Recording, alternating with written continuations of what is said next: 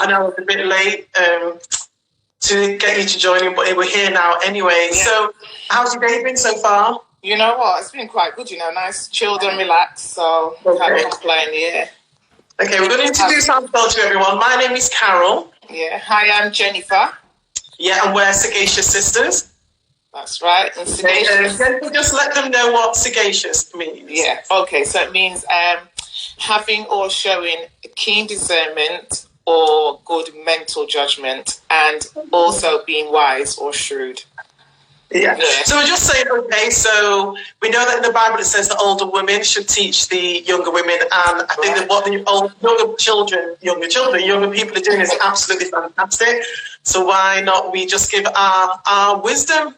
So we're talking really about our experiences. That's all we can talk about, and the little bit that the work that we've done, and we'll share that with you as we go along. So let's start today. So today we're looking at two topics, and the topic is, one of them was, what was the first one? Okay, so the first one is going to be, so my mind's gone blank. Hiding potential.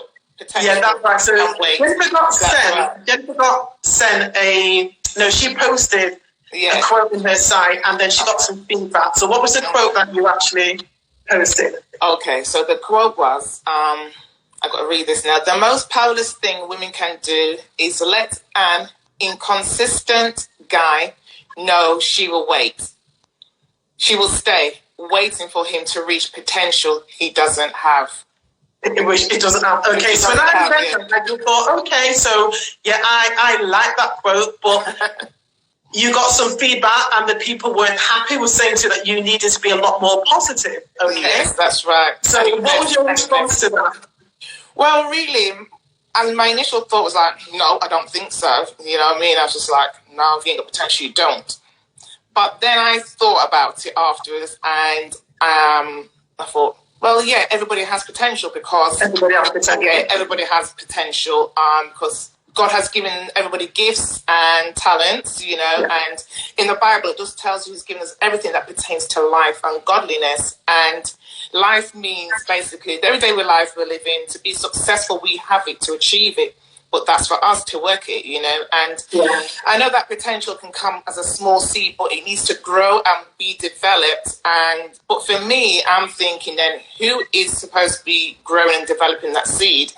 Yeah. And if the two are coming together in a relationship, then basically, is that girl meant to do that? And if she is, how long is she meant to wait? And how much is it going to cost for her to invest in this person whilst he's trying to develop his potential, providing that he realizes he has the potential and is going to work towards it? Do you get what I'm saying? And really, I'm thinking if two are coming together, it's supposed to bring out the best and encourage the best out of each other. Sometimes one may have to invest in that person a bit more, but for me, if you haven't, they've got to know they've got that potential in the first place. So it was interesting that the two individuals that came back at you were two guys. Yes. Okay. And that really surprised me, because I know these guys, and I was thinking, well, these guys have always had something going on. These guys always had potential. They were striving. They were doing things. So my only thought was this, is that when these guys actually looked at this quote, they thought that's where they were when they started. And it made me thinking, okay, when I started, I had potential, but I needed someone to help me along. And they're possibly thinking that if my partner didn't stay with me, wasn't supportive, if my partner didn't judge me and force me, then I wouldn't be where I am today. But those guys had something that started the process. Yes. So I know the individuals, I hear what you're saying, that everybody does have potential. I also know that there's been lots of guys who have been supported by women who would like the journey of caring for someone. I remember reading a book that's saying that there's so many women, and they said that they have, what did they say? The term that they actually do is that self. The book was a sunny side of hell. That's it. Hell was a sunny side of hell. Okay. So I'm actually looking after you, reaching out to you. It means that I don't need to look at my deficits. Yeah. I don't need to look at what I want to do. But I agree with you that the thing is that the individual has to be motivated enough to actually push themselves forward. Yeah. If not, it's going to be like you're having a child in your house, because even children have potential when they're born. Yeah, exactly. You're always encouraging. If your children were moving along, you would have something to say. Yeah. But you don't want to have a big grown man in your house and that you're actually having to nurture them every day to move forward. And that's like sometimes, even like for me, having boys, and then sometimes your friend sees you or somebody sees you, they'll be like, oh, how are your 4 sons? Oh, no, 5, including your husband. No, I ain't got 5 sons yet. Yeah. And we can do that as women, can't we? So often that we get with guys and then we believe that they're our sons, and we don't believe that these guys comes with they should come with the potential or with the capacity to help you make a relationship grow, and we shouldn't really mother them because then we're putting a lid over them. Well, that's it. And then also, you may even get guys that say, especially Christians, that I can do all things through Christ that strengthens me, but they can quote the lip service, quote it, but now apply it. And many men, even those that ain't Christians, have got pure lip service. Yeah, I'm going to do this, I'm going to do that. And all now, nothing ain't being done, you know. So I'm thinking, what's the process? How long is it? How short it is? You got to come with something.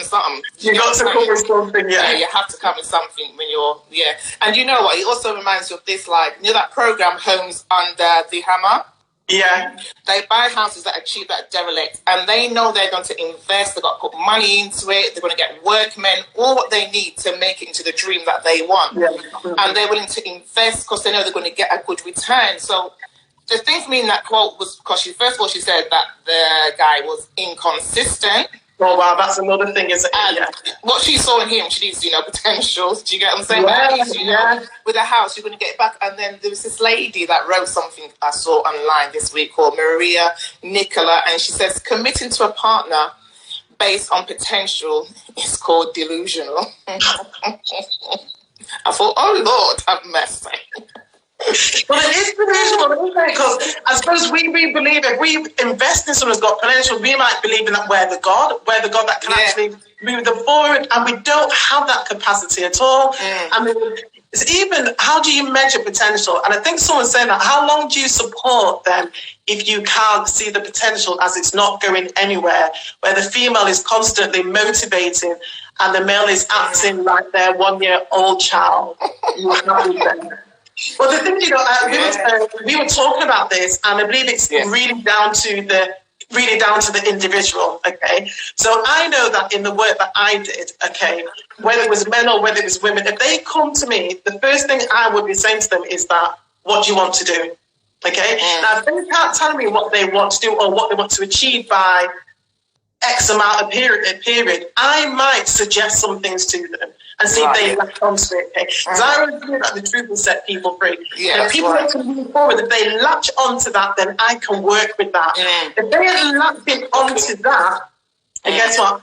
I just say goodbye. So that's my work. I don't want to come home and I'm with a partner who I've got to deal with that every evening and on the weekend, because that's too frustrating and I don't have the capacity to do that. For me personally, I would be in there for a little while. If I don't, okay, so for instance, let me give you an example. There was a brother I would see and I think he was absolutely gorgeous. He had his own business, it was successful, he was motivated with his business, he worked 13 hours a day, absolutely wonderful. However, emotionally and psychologically, things weren't going right for him. Yeah. Okay, and that was holding back the relationship. So I went to one of my other friends and I spoke to him. He goes, Carol, I'm going away for a week and a group of brothers and guys, tell him he can come along. What was his response? Oh, I'm not going, Carol. You can do that for me. Oh, so okay. Okay. He wanted to burden me with that when there was support externally. We should be having the relationship and he should be going out and get the support. That's right. So that's your question. It's down to an individual person. Me personally, because I work in that field, I don't want to bring it home. I'll do the little that I can and then I will refer and I will suggest. Okay? If they don't take up that option and if they don't take that option and I'm in a relationship, now if I'm not married, so it will be easy for me to just say no. It's going to be quite different if you are married or if you're in a committed relationship. And then it says why has it taken us so long to kind of sit down and fathom out that this person's not going anywhere? Anyway, yeah, exactly. You know, so a lot of my work is always about right at the beginning of a relationship, make sure you vet the process so we don't get to this stage. Yeah. If it's at that stage, it's going to be down to us, how much more can I put with this? How is it disabling me? Is it putting a lid on me? Yeah, yeah, we heard a testimony. It was my daughter. We heard a testimony today about a guy who was in drugs and alcohol, and he stayed in it for 8 years. Wow, but he weren't in a relationship. Now, could you stay with that person for 8 years, being inconsistent, never know where they're coming, where the money's coming from, constantly motivating them? Yes. What's it doing with you? And then that is so much, because then that can put a hold on you, what you want to do. If you're constantly being the one to encourage them, and what you want to do is being put on the back burner. You know what I mean? And someone's just asked the question here: what happens when a child is in the mix? I don't know. Well, that's it. Again, it's down to the individual, isn't it? Because, I mean, when you say child in the mix, it's going to be a load of things behind that relationship. I don't know how steady the relationship is, what the child's relationship is, the person. But in the relationship, you will know the impact that it's having on you. And if it's having an impact on you, then it's going to have an impact on the child. And knowing this, that's knowing... What was that, sorry? The whole family set up. Will have an impact. The whole family set up, that's right. And we are role modeling to our children how we want them to be in life. So remember that, okay? We are our children's greatest role model, and they will see that. In the relationship there, is the argument, is the contention, what is going on around the child, because children pick up things. So often the children don't pick things up. I'm telling you, as young as a child is 18 months old, even younger, they are picking up things in that house. Yeah. So I would say to you is look at your scenario and think, what can you do in that situation? How's it benefiting the child? Maybe think of a way, will he get some help? Do you need some help? How to speak into that situation? Because I do believe, as you said, Jennifer, everyone's got potential, but sometimes it's just saying it the right way. Yeah. And pointing things in a different angle, and maybe somebody else that needs to speak to that person. Yeah. Or maybe just being patient, because in our home, my family is a very good eater. And about 8 years ago, we all went to see this guy about healthy eating. Okay. And everybody took it on board apart from me. I just decided, I ain't doing that. I ain't doing that. And I do everybody cooking, everybody eating. I'd go to your houses and everybody's healthy eating. I don't eat that food. 8 years on. Okay, now my health is giving me a problems. What do I do now? I jump on the bandwagon, which I should have done years ago. But you guys didn't push me. My daughter said to me, you know what I mean, Mum, it's good to eat like this, but you have to leave people alone or you're going to frustrate the living daylights out of yourself. You're going to go to bed thinking about it. It's not your responsibility to motivate someone to move forward. You just be you. And then you just be happy with you. If that person's happy with themselves, leave them. Yeah. This girl said that she was in a relationship, and she thought she was doing really, really, really well. And her partner turned around and said to her, "Oh, I thought you'd be earning like 40 grand by now." So she was culturally thinking, "Oh my God, I'm doing really well." Yeah. But his standard was a lot higher. Right. So she was upset that he could not see her potential. So eventually they split up. Oh, wow. But I don't know, sometimes do we have a higher standard than what they are looking at? So those are all things that need to be looked at. Looked at as well. When my friend got married and she came back and she said to me, "Oh, husband's all changed, he's not doing X, Y, Z." But I said to her, when you married him, you were happy with it. Yeah. All of a sudden you got married, and within 4 weeks, it's not good enough for you. So what's changed? How come the ring now, you're actually saying it's not good enough? So we need to check ourselves as well. Well, it is. There's been quite a few questions that's gone through. Last one, I think the girl was saying, what about if you're the woman, you've done your best, you've encouraged him the whole way, but he still turns around and blames you? Blames you for what? For what he's not achieving. Listen. One of my foundational things, whenever I teach relationships, I say to people, you ain't responsible for no one's life, you're responsible for nobody's happiness. The only person that we are responsible for is our children up to a certain age, and then they're all responsible for their lives. Yeah. I am not no man's mother. And I tell guys that right from the beginning. I never take on that responsibility.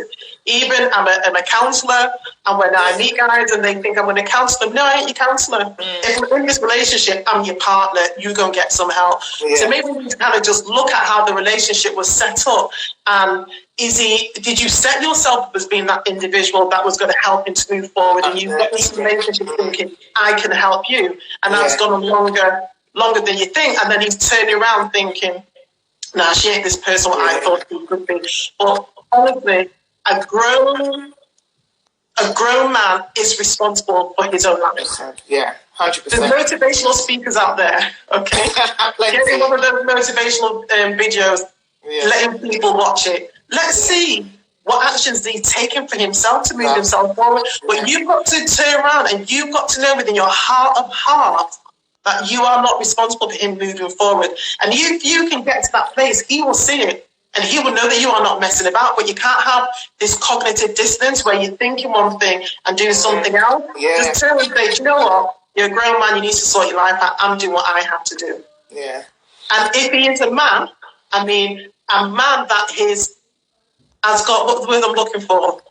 Has got value to himself, he'll want to do something about it. But you and I know that there's not a lot of guys that like to take responsibility for their lives, like to take responsibilities for looking after the children, like to take responsibility because they believe it's too much for them. And there are lots of guys like that in this world. Yeah. So they need to consider just make a stand, and if you make a stand and if that guy loves you, he will start making the change that he needs to make. But you have to be consistent, no matter how difficult it may get, because it might get difficult before it gets better. Yeah. When you're making a change, they're not used to being this more confident, assertive woman. They must just think, I'm going to start pushing back because I know she's going to go back to where she was. But get it in your heart, look at yourself in the mirror, say in the mirror, I am not responsible for this man's potential, for his life, for his happiness. I am not responsible. He's responsible for that. Get it off your shoulders. It's not up to you. Yeah, definitely. At all. And then just see what happens. And if he loves you, he will turn things around. He will really, really turn things around, okay? Definitely, yeah. So what's your final words, Carol? I think those are my final words. I mean, talking from my own experience is that I do not take responsibility for anybody's reaction. Can I give it a small story in it? Because that's what I raised. That's how I raised my daughter as well, not to take responsibility for anything. When we went to America and I needed my daughter to come home, very quick story. There were lots of things going on that weren't good, and I needed her to come home. And I always taught her, you're not responsible for anyone's happiness. And on the last night, I was crying because I needed her to come home. Things were so bad. You know what she did? This is what my child did. I'll never forget it. She sat back in the chair, put down the knife and fork, over the arm like this. Right now, I'm learning to get involved in your tears. When you leave here, I've got my own problems to deal with. Do you know what I did? I started crying a bit more, thinking that emotional blackmail. Yes. What's happening? Like this. Oh, wow. Because she's not responsible for making me happy.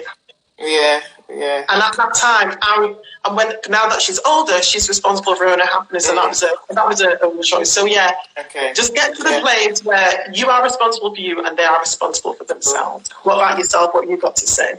Well, all I'd probably say is just that we know what you want from setup, from when you meet this person, what was going on, and if you really have the capacity to wait and know what your waiting period is, if you're going to go there, that's it. And maybe they do need to give themselves a cut-off date and tell the person that there's a cut-off date. So, I'm going to give you 6 months, I'm going to give you a year, but in that time, you just be still and just set down the criteria and just say that. But if you want help, come to me, but I need to see you, as you said, stop talking and start doing. Yeah, that's the one, definitely. Okay, and that's it, yeah. Okay, right. It's back to you again, because I know that you received, someone sent you in a DM. Yeah, okay, so a friend of mine, she sent me a message saying, let me read it. I would love to get married if it's in God's will. How do I attract a man of God and I'm not on social media? So, want to write that down? Go ahead, Yeah, so I'm just going to read it again. No, it's okay. I've got it. Yeah. So my thought is this.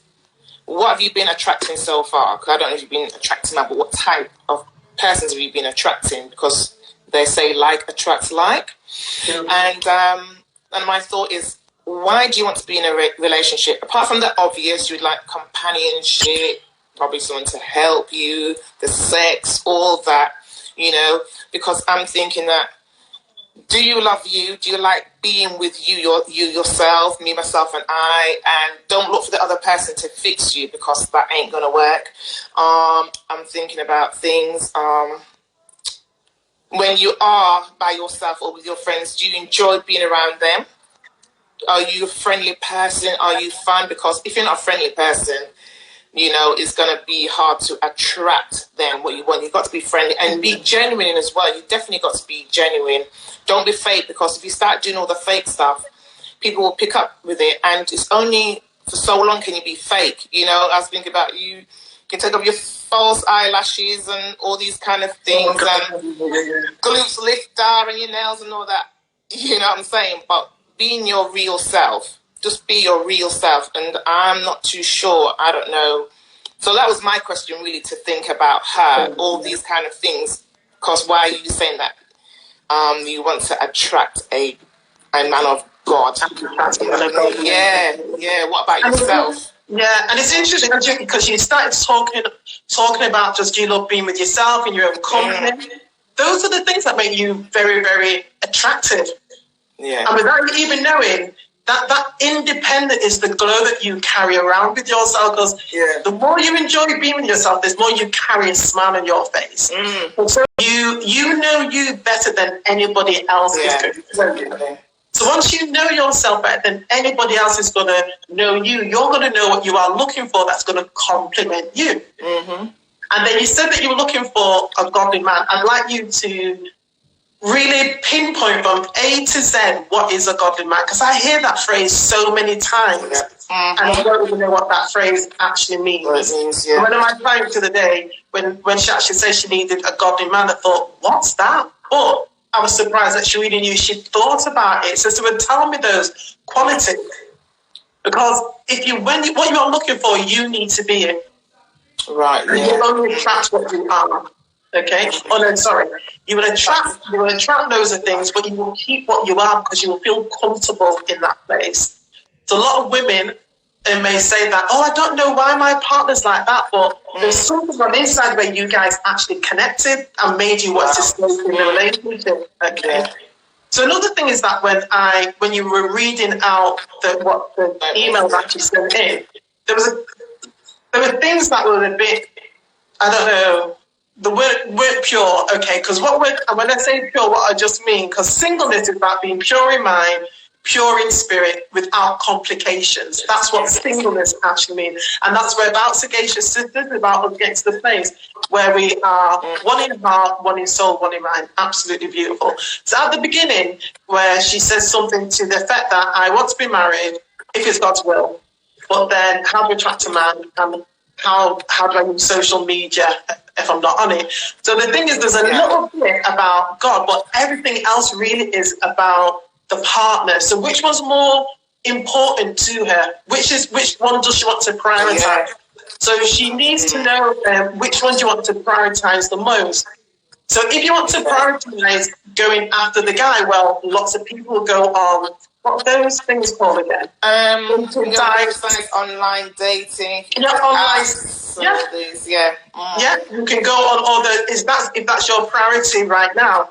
If your priority is serving God, and if it's in God's will, then I'll tell you to focus on that more than anything. Because one thing that reminds me is that. Focus on God. Okay. So when I first started working in the field of domestic abuse so many years ago, my daughter was only 14 at the time, and we'd not really heard about domestic abuse. So that was going back years ago. Is it 17 years ago? Yeah. And I was like, oh my God, domestic abuse. How can guys hit women? Why would they want to do that? Women are beautiful. They're just absolutely gorgeous. How can a man hit a woman? And then my daughter turned around and said, do you know what, Mum? I said, what, darling? She goes, God has said something. I said, what? So, but maybe I use this language. This is why my daughter came with this language. She goes, God said that women are faceless. And I'm like, oh. So what do you mean? He goes, he's saying that they're asking for a man who's imperfect when they can't even love me who is perfect. Ooh. I felt I that. see. Yeah, definitely. Yeah. And when she said that, that put me in my place. And I thought, wow, let me see if I can love God who is perfect. So when I get the man that I really want, who's everything, who's fine, who's consistent, he's patient, he's good around the home, he's intelligent, he loves to show me off, you know. And it's not just about his prayers and stuff, it's just that he is the guy that I am looking for, then I would be ready. I would be ready for it, okay? So you need to prioritize what you actually want to do, okay? And then see how things go for you. But I would really, really say that look after yourself once, look after yourself more than anything. I had a bit more struggle because I had a child growing up as well, so it wasn't just easy for me to get out of the house. She's got children. Yeah. So there's other dynamics there as well, isn't there? Because as a single mother to a single mother, is that when you are introducing a guy into your relationship, you've got to say, is the children ready for somebody else to come into the family? Okay, your children, first and foremost, need to be so secure with you that if you do go to introduce another individual into the relationship, they know that mum is not going to put her needs above their needs, especially whatever age they are. Even from a teenager to a child, they're all going through different changes. We're all going through different changes. So I believe right now, one of the focuses should be just to make sure that your children just in a really, really good place. I'm not saying that they're in a really, really good place.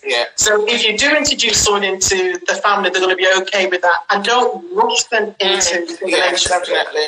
I had a friend, and one friend, she took 5 years before she introduced this guy to her. But her daughter was only 5 at the time. My other friend, her daughter was 12 or 13, and she took a year. And it's after about 9 months, her daughter said, well, Mum, aren't you going to introduce me to her? Are you going to introduce to me? Because now the daughter's feeling safe, that woman going to bring this man into their life.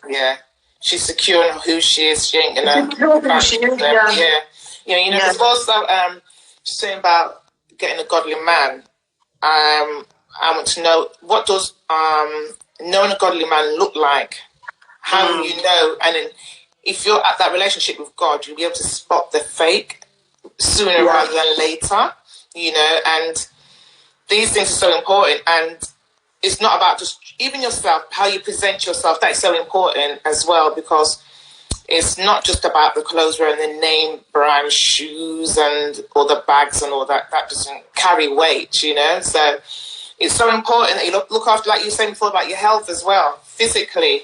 Eating right, mentally, all these things. So when you think about Esther, she spent a year getting herself beauty regime to go before the king. A year. You know what I mean? Just looking after yourself. So everything plays its part. Actually, go back to Esther, but everybody else was having all the bling bling and everything. What did Esther say? Esther just said, I'm just going to go out. She was just au naturel. Yeah, that's right. And then she didn't have to compete with anyone, and then the king chose her. Right, that's it. Yeah, definitely. And your character. Yeah. You know, because if people was to ask about you, what type of person are you? Your character needs to speak for itself. It needs to be consistent. So what kind of person are you really, really? Do they know you? So... Do you know, it's a lot when you think about a relationship, just 2 people getting together. But when you've got children, there's just an extra layer there as well. Okay, and we don't know where the children are at. We don't know if the dad's involved in the picture, if the dad is supportive, what the that is a whole lot. So for me personally, I'm really in control of myself because I know who I am. So I can manage who comes into my space. And that, if you want to have control, if you want to be attractive, stunning, beautiful, you don't need to worry about whether you're going to be single or married for all the years of your life. You just actually enjoying who you are. Get the sisters, your friends around you. That's right. Be your family unit, because you can learn from your sisters. And I do know that sometimes we get sick of seeing our girlfriends. I know, I have been there, girl, and I know it's not always better. Sometimes I'm sick of seeing my girlfriend faces. Yeah. I just want to have a man around me. Yeah. Well, let me tell you this. If you are comfortable with your skin, and as Jennifer said, if you get to the place like Esther that you just own natural, you will have good boyfriends. And good boyfriends, as in the place that when you see them, you're not thinking, oh, do they fancy me? Or have they got friends that are going to come round? Do they know anybody that they're going to introduce me to? No, you just... That'll be having fun with them. That is the beautiful thing about having male friends around.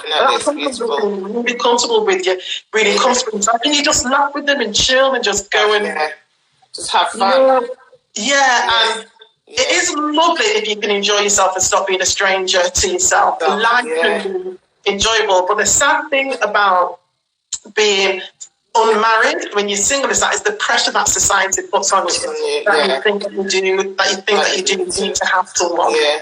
And like you were saying, have great girlfriends. I mean, I link up with my girls on Zoom. I just have so much fun with them. Yes. You know, even though I'm married, I still connect with my girls. I need to connect and just have fun.